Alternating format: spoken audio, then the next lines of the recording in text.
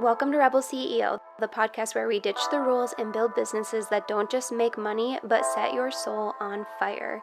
I'm Brianna Kay, your business coach, freedom advocate, and personal permission slip to dream bigger. I scaled my own business to 6 figures while breaking every mold that people told me to fit into, and now I'm here to help you do the same. I'll help you build a business and a life that's so deeply rooted in your purpose that you never feel like you missed out on the life that you were supposed to live. This is your time to root down, rise up, rebel, and manifest all of your wild goals. So grab your coffee, get cozy, and let's dive in. Hey Rebels, and welcome back to Rebel CEO. Today we're diving into a topic related to entrepreneurship, but that is really a topic for every single human, which is how your energy levels impact not just your life, but also the success of your business. So today I'm talking to Hope Pedraza. She's a functional diagnostic nutrition practitioner, a certified holistic nutritionist, a Reiki practitioner, and human design guide. So basically, she is a wellness powerhouse. Hope's passion is helping high-performing women and entrepreneurs like you leverage their well-being as their number one business asset. So in this episode, we're talking about the connection between energy, productivity, and something that most people don't even think about, which is mineral balancing. So get ready to learn how optimizing your wellness can transform your business and help you show up as your most energized and your most productive self. Hey Hope, how's it going? Great. How are you? I am amazing, and I know I already said this to you, but I'm so excited for this conversation and just to hear like what you have to say about the way that minerals can impact entrepreneurs. But before we Yeah. get started, can you share who you are as a human? Yes. Thank you for asking that question. I so I don't even know if I know how to answer that question. Like I'm so used to like this is what I do and this is my job and this is my yeah. I am a spiritual being. I think I just want to say that. I've been on this spiritual path for the past I mean, I guess we always are, right? But I feel like I've been on a really intentional spiritual journey in the past like 5 years. And I feel like I am learning so much about myself at a spiritual level. And that's kind of where my excitement is now. It's like learning more about myself and like who I am and who I'm meant to be and connecting with, the spiritual side of things. And that's what I'm doing right now. Okay, I love that. And I'm sure anybody listening to this podcast also loves that because we love to bring in a spiritual flair. And I'm realizing lately that I've even been holding back from sharing about my spiritual journey for Hmm. like fear of being seen as too weird or out there. And just Yes. lately, even though it's tied into my business and my branding, I've just lately been like, oh, I could probably go harder on that because Hmm. that's who I am and what I feel like I'm being asked to do. So, Yeah, I I feel love that. that you're on that too. Do you have any favorite spiritual practices like meditating? I like all the things. I've been really big into meditation. I mean, really, I guess since I kind of like really been more intentional about my spiritual journey. This year, this summer will be 3 years that I've gone every single day. I think I've missed like 2 days in 3 years, but I've like 3 years ago, I was like, I'm going to do this every day, and I've just kept that going. So meditation is a big thing for me. And then recently, I've picked up. I've started doing breath work and being really intentional about that. And I'm in this little mastermind cohort and we do like the holotropic breath work like once a month together, which is really cool. So the breath work thing has been a really big, like there's been some huge downloads coming down the pipe after my breath work session. So I found that that's been really supportive for me lately. So yeah, that's kind of my favorite things at the moment.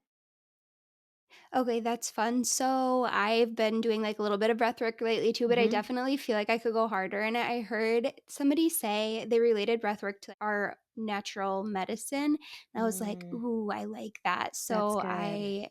yeah, I want to get more regular with the practice because I feel Yeah. like there are probably tons of benefits. And then you have a really diverse background. Can you just share a little bit about your business now?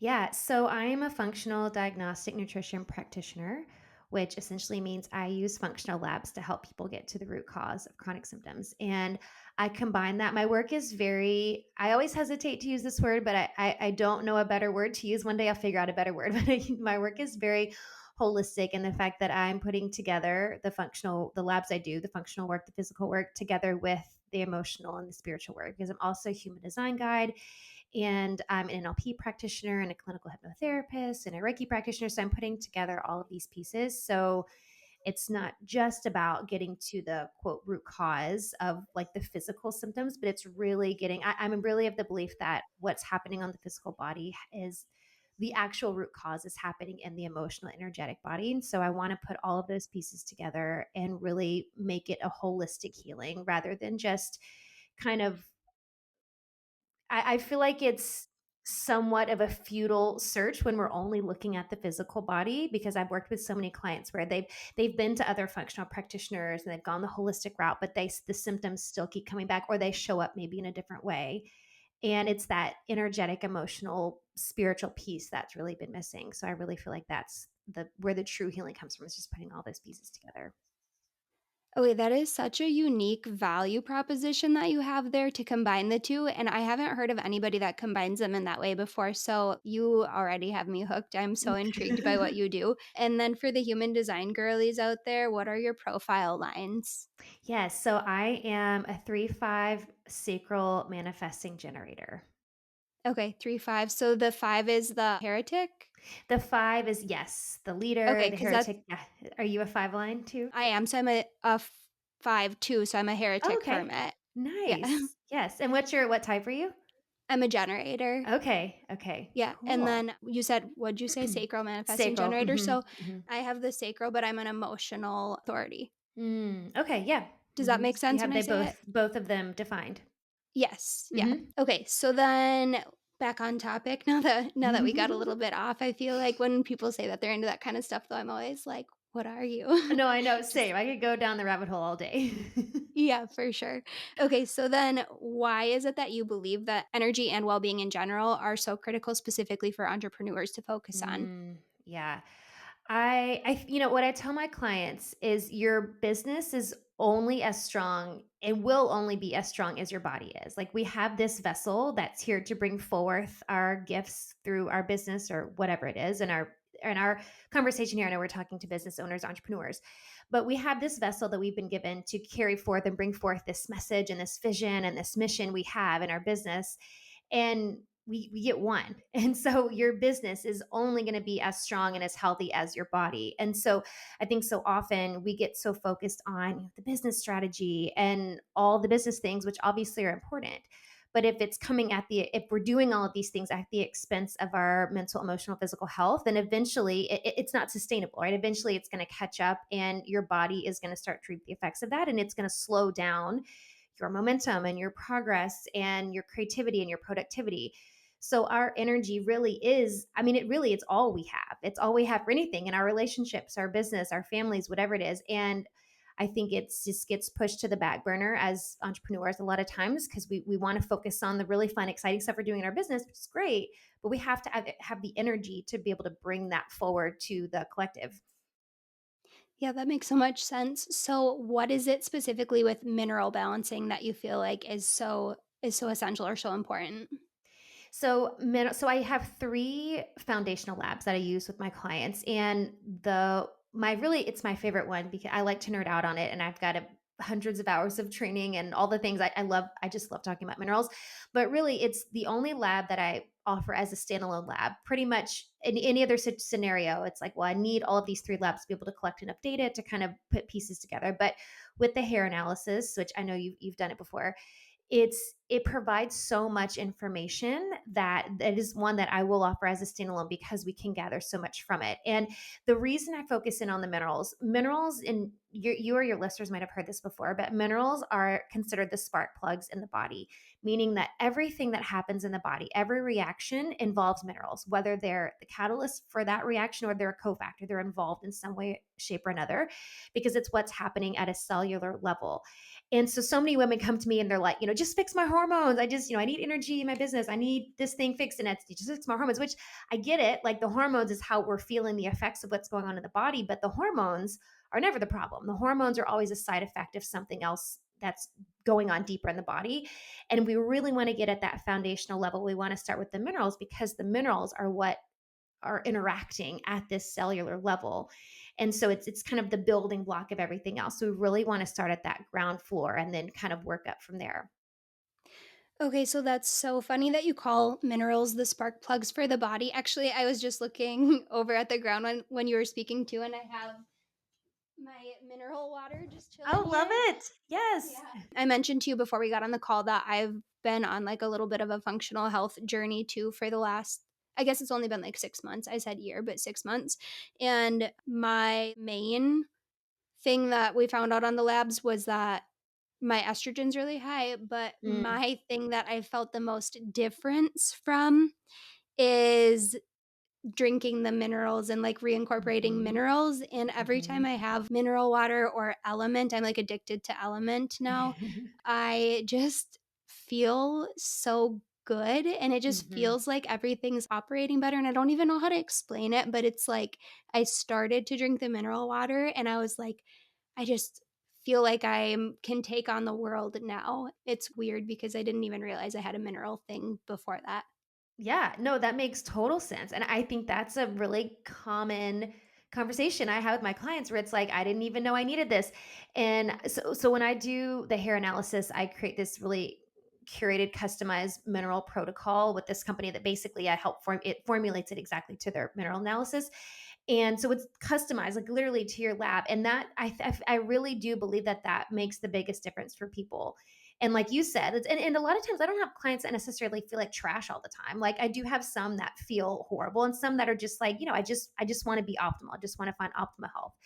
And but then they start incorporating the minerals and it's like I have this energy that I didn't even know I was desiring. That it's just like things clear that you start to think clearly and see clearly and feel it really does make a difference. And like I said, it really does go back to that, like at a foundational level, what's happening in your cells. And that's what it is. It starts with the minerals.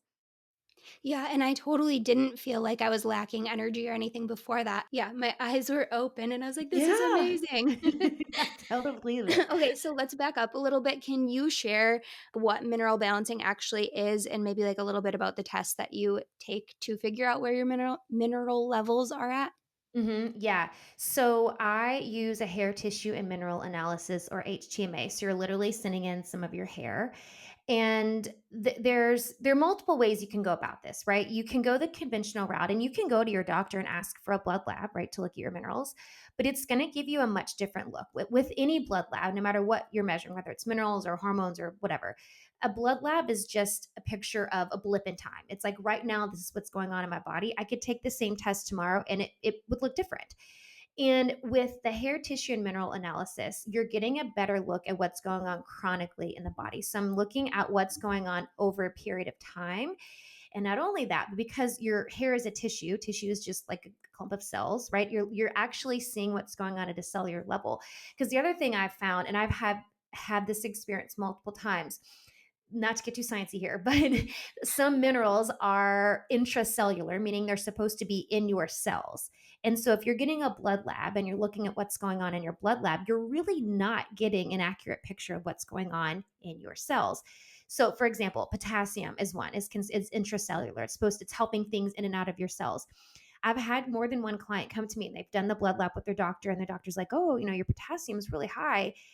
And I'm like, and then you look at an HTMA, it's going to give you a different picture. And I'm like, no, it's high in your blood lab because it's not bioavailable. Like your body's not using it. Like it's deficient. So it's going to give you a totally different look, and it's going to give you a different picture of what's going on in your body. And the hair analysis for me is just a more accurate, comprehensive look.